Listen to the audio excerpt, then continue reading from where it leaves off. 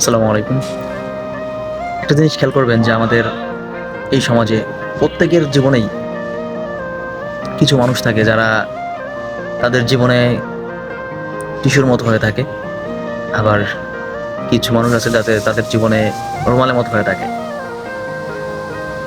টিস্যুর মতো যারা বা যে সকল মানুষ তাদের জীবনে কিছু মানুষকে টিস্যুর মতো মনে করে, তারা তাদের সাথে ঠিক টিস্যুর মতোই ব্যবহার করে। অর্থাৎ তাদের জীবনে যতটুকু সময় তাকে বা ওই মানুষটাকে প্রয়োজন, ঠিক ততটুকু সময় ওই মানুষগুলোকে তাদের জীবনে তাদের আশেপাশে রাখে। কিন্তু যখনই তাদের থেকে নেওয়া কাজ বা তাদের প্রয়োজনীয়তা শেষ হয়ে যায়, তখনই তাদেরকে জীবন থেকে দূরে সরিয়ে দেয়। যেমনইভাবে আমাদের প্রয়োজন শেষ হলে আমরা হাতের টিস্যুটাকে ডাস্টবিনে ফেলে দিই।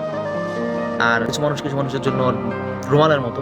তো রুমালের মতো যে সকল মানুষ বা যারা তাদের জীবনে কিছু মানুষকে রুমালের মতো মনে করে, তারা যত যাই কিছু হোক না কেন, যত ঝামেলা বা যত রকমের সমস্যাই হোক না কেন, দিন শেষে কিন্তু রুমালকে যেমন তারা বুক পকেটে ভাঁজ করে রাখে প্রয়োজন শেষে, ডাস্টবিনে ফেলে না দিয়ে, ঠিক ওই সকল মানুষগুলোকেও তারা যত কিছুই হোক না কেন, তারা সব কিছু বাদ দিয়ে সব কিছু ভুলে আবার বুকে আগলে নেয়।